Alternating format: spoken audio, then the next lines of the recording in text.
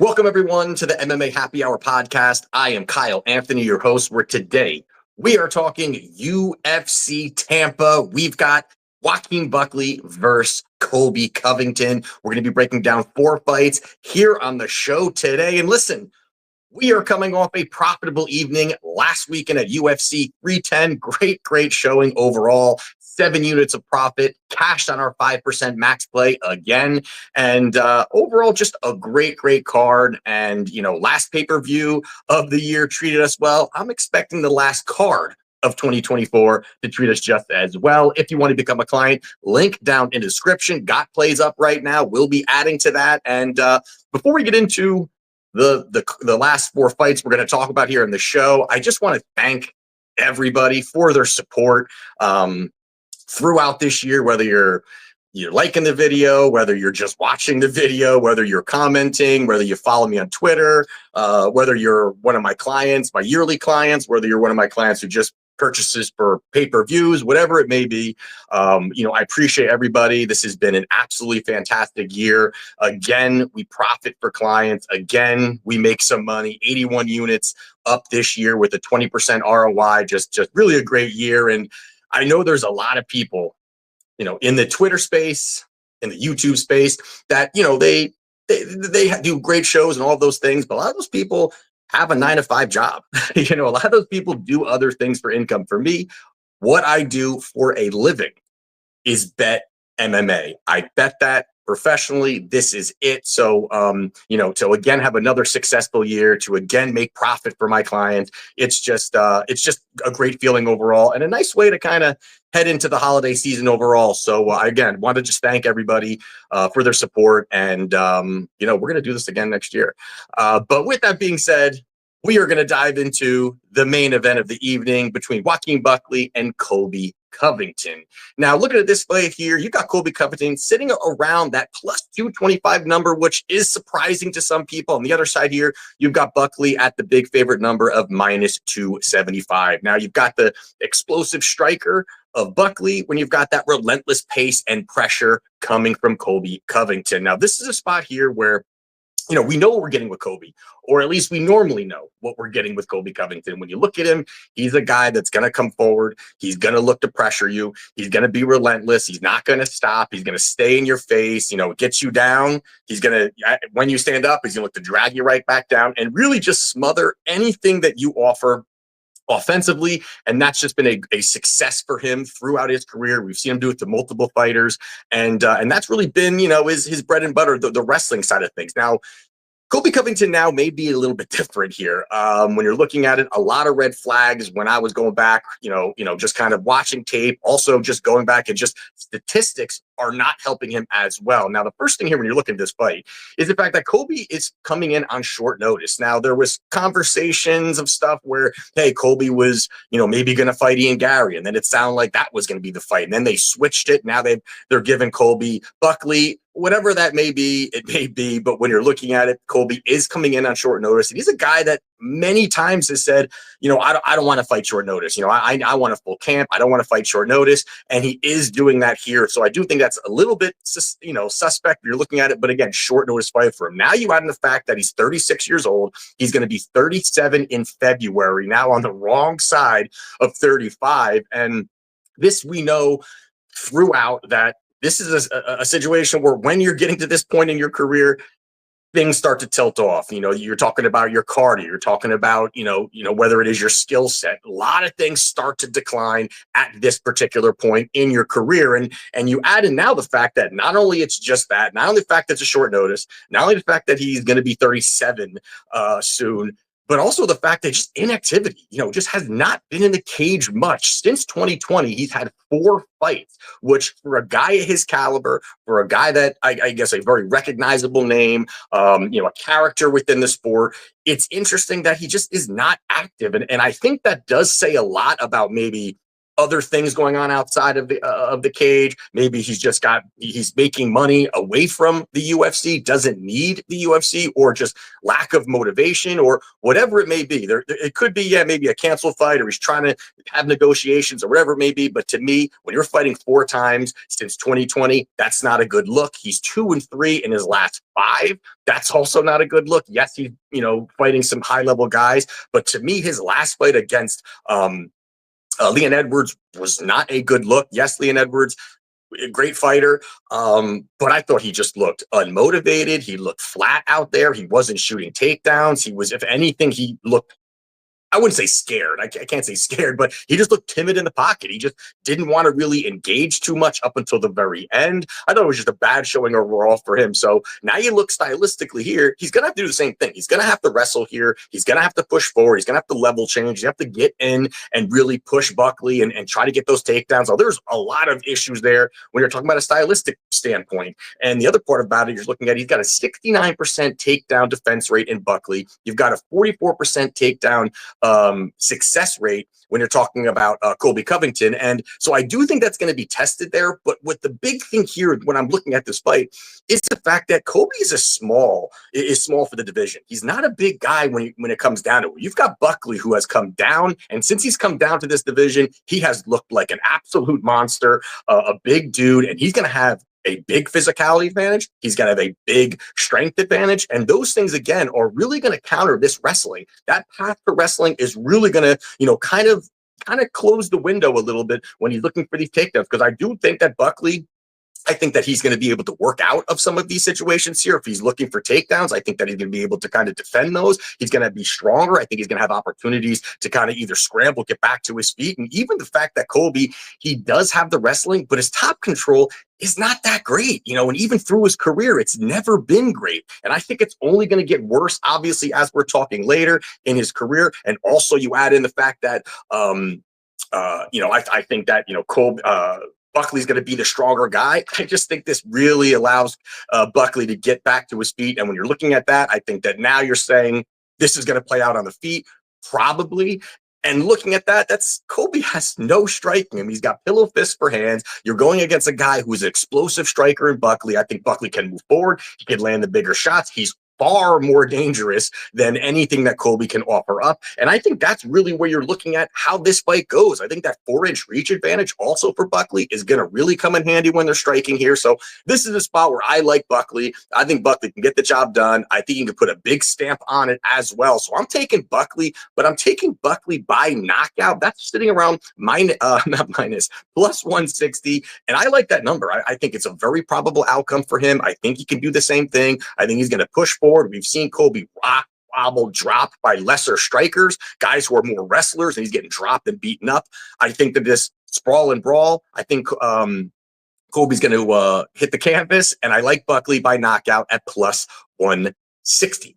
Next one here we're going to be talking about is going to be Billy Quarantillo versus Cub Swanson. Now we've got Billy at minus 162. The comeback on Cub is plus 136. Now this is actually a pretty fun co-main event. Now I know this isn't the highest level, and you got 41-year-old and was it 36 or something like that when you're talking about Billy. But I think it's going to be a fun fight. Both these guys are going to go after it. Now you're looking at this here, and you got Billy who's going to come forward. He's going to be the aggressor. He's going to throw volume. He's going to stay in your face. And he's just going to try to keep doing that and really just look to move forward overall. And that heavy pressure can really, melt some guys where you're not able to get them off of you. Billy can look for takedowns. And those are some things that he can kind of mix it up. And the volume really could be a way that he can find a lot of success on Saturday night. He lands 7.36 significant strikes per minute, while Cub lands 4.67. So yes, he's going to have that advantage there. He can look to lean on the wrestling, and that can be a path for him here. But at this price, I don't like it.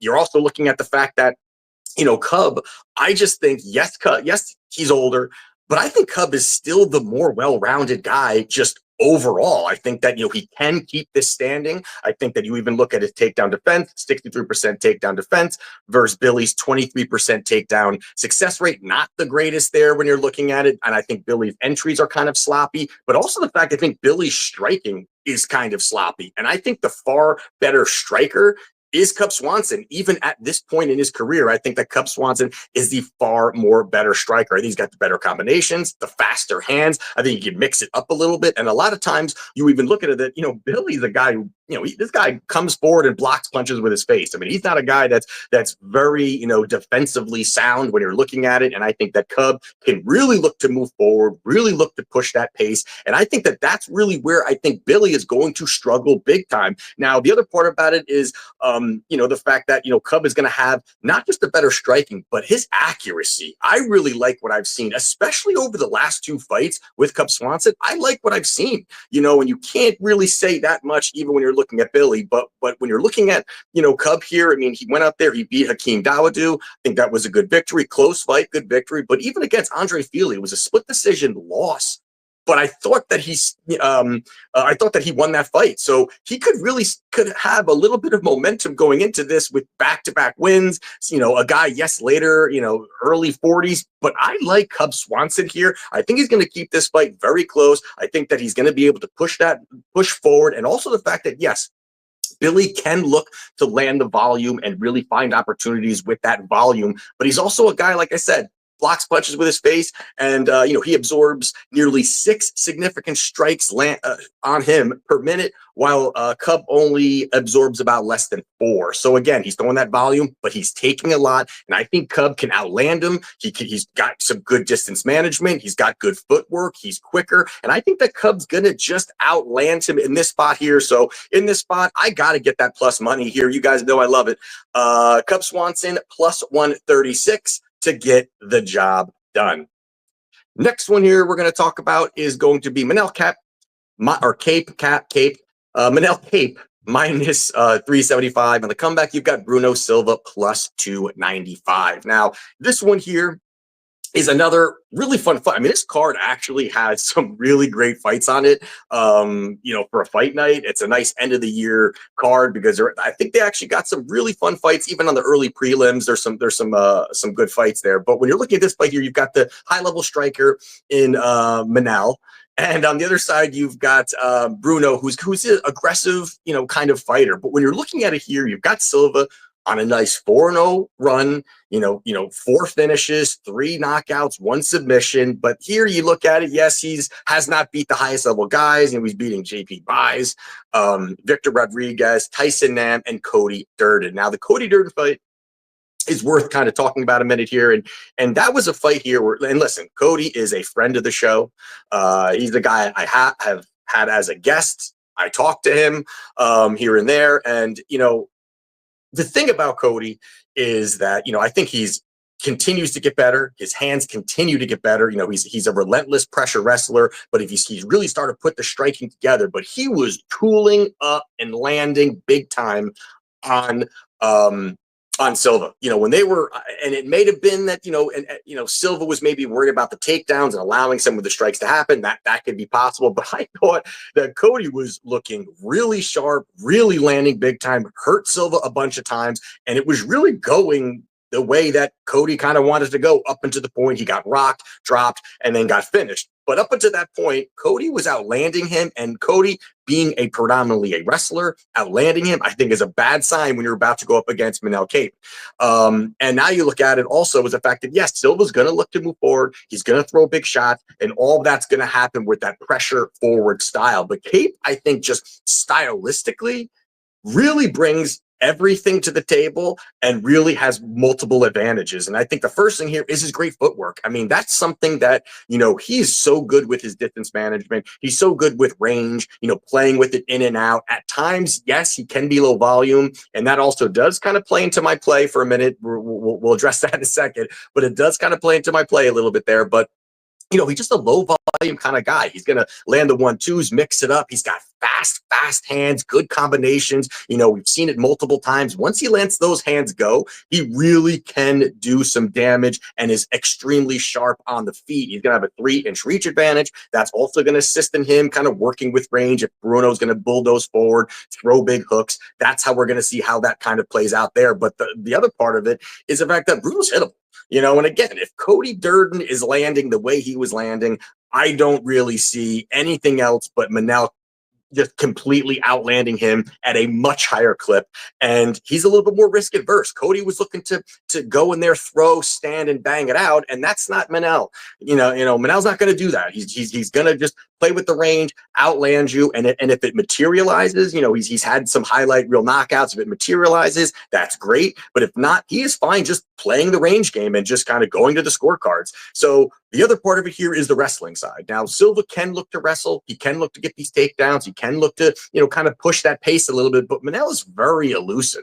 He's very elusive. Again, light-footed, elusive. He's going to work at range. I think it's going to be tough for Silva to cut that distance overall. And I think he's got, I think Manel has got good scrambles. He's got some good get-ups, even against Makayev. Makayev was just, literally just sticking to Kape, and it was kind of a tough situation in that fight for him to really get off his offense. But that's not going to happen here. I think that, you're going to have more of a striking bout. He's going to defend the takedowns, and he's going to look to outland him. And that's kind of where I'm going with this in this fight here, is that I do think this fight does go to the scorecards here. And I think it's going to happen at a high clip, just the way that Kape fights, just the way that he's working at range and he's landing. I think that there's going to be a situation there where he can utilize his reach a little bit. He's going to stick and move, work at range. And I think that this fight gets to the scorecard. So if you look at this fight here, you got Manel at minus 375.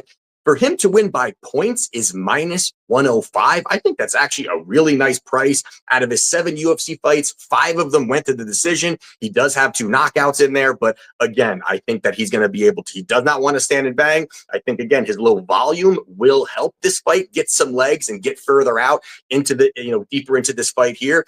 I don't see a slugfest. I like Manel to get the job done by points, minus 105. And the last one here we're going to be talking about is going to be Michael Johnson versus Otman Azaitar. Now, this is one here where, this is another one where I think it should be, a pretty good fight overall. But this one, I'm just going to kind of just give the play out without even diving into the research here. This is one here where, these guys, both of them are going to look to stand and throw. And I think that's really, you got to kind of play into that. I think violence is probably the angle here in this fight here. You've got Johnson, who's, good boxer, crisp striking. He can look to wrestle, but he likes to swing, throw it out there. He normally has some pretty good hand speed. And you've got Azaitar, who's just really a full-on bulldozer that's going to come forward, throw big hands, and look to just, you hit me, I go down. If I hit you, you go down. That's he doesn't really have too much of a strategy. And I do believe that's what's going to happen here. I think it's going to be pretty much a phone booth fight. I think that they're really going to look to exchange in the pocket. I think both of them will. I don't really see, Johnson again, I think he's going to look to really just throw here at this particular point. And you look at it as that, both of them have power, but both of them have been knocked out, and can be knocked out.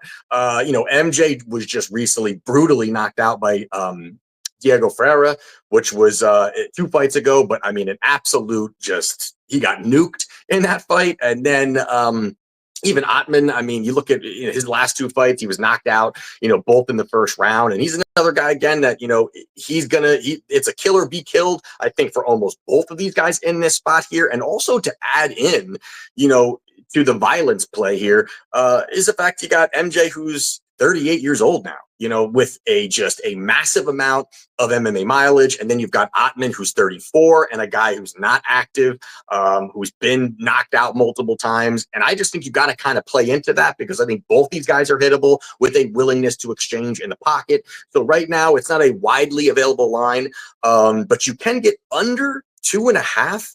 Under 2.5 rounds is around minus 155. I actually think that's a pretty strong price here for the likelihood of these two guys, where they are in their career, the type of fighters that they are. I got to go with under 2.5 rounds in this fight. Now, there you have it for UFC Tampa. If you want to become a client, link down in the description. And that's it. That's it for 2024.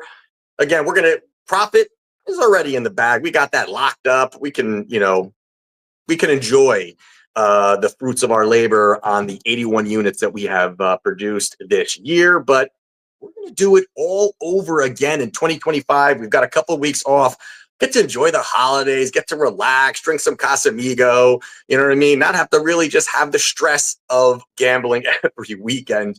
But with that being said, I hope everybody has a great holiday. Hope you guys all enjoy it with your friends, family, enjoy the time, and we will do this all over again in 2025. I'll see you mid-January, and let's cash.